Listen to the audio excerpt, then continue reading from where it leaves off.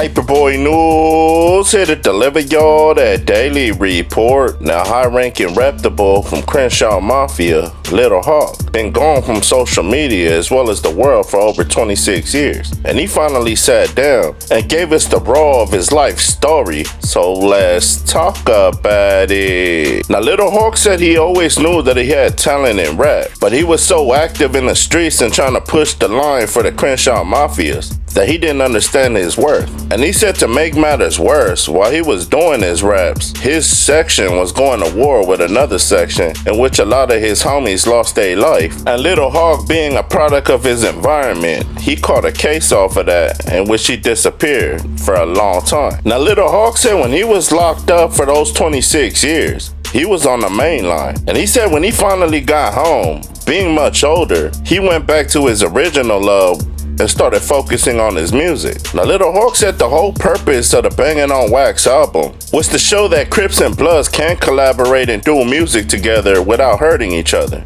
And they can still drop their raw and authentic music where they dissing their ops.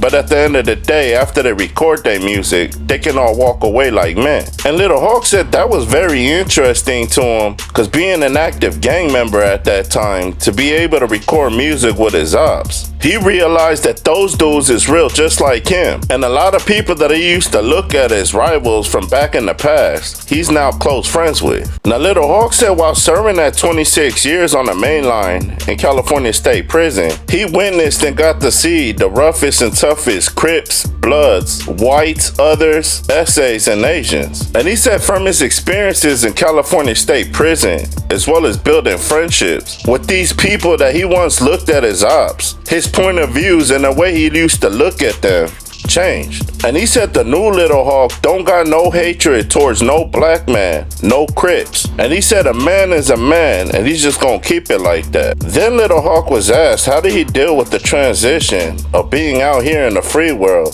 to getting locked up in California State Prison for 26 years. And he said fortunately for him, God blessed him with a strong mind. Now, Lil Hawk said don't get it twisted. When he got there, he hated it because he felt trapped and held against his own will. But he said God gave him the strength not to stress over the time he got sentenced to or cross over to the PC to make his time easier. And Lil Hawk said while he was locked up for that many years, he started doing some self-reflecting. And in the beginning of his term, he was blaming other people for getting locked up.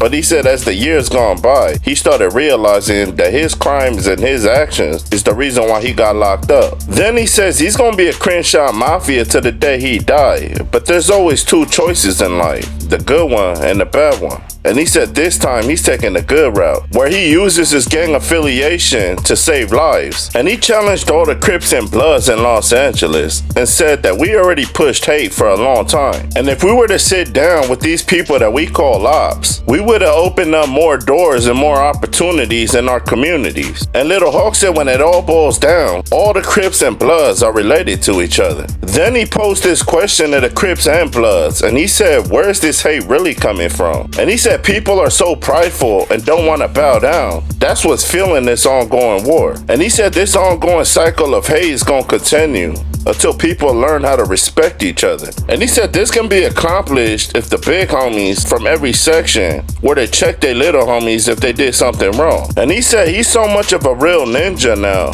he can sit down with an op and do music with him. Cause although he's still gonna be a Crenshaw Mafia Blood to the day he died, he's pushing peace now. And as long as you come in peace, he is too. Now Lil Hawk said he's focusing now on his rap career and he thinks he's gonna make it cause this time, he's no longer an active gang member. And he said when he was dropping music in the 90s, after he recorded that music, he was back to the streets getting it cracking. But now that he's no longer active like that in the streets, he can focus more on his music. Now, the last question that was asked to Lil Hawk was after he seen the effects of his work, would he still promote black on black violence? And Lil Hawk immediately responded back by saying absolutely not. And he said once he decided to take all the hate out of his heart, he learned to forgive and love those people that he once considered enemies. And he said even though he ain't in the lifestyle no more, when you hear his raps, you might hear some gangsta-ish. But he told those people don't take it personal. Cause at the end of the day, the rap industry is entertainment. And he said in his music, he's gonna be versatile. One song you might hear him being a blood, and then the next one you might hear him talking about being a family man. Now salutes up to Lil Hawk, a solid one from the Crenshaw Mafia Blood District, for serving his time like a true soldier and coming home and still keeping it positive. But y'all like, share, and subscribe to the channel.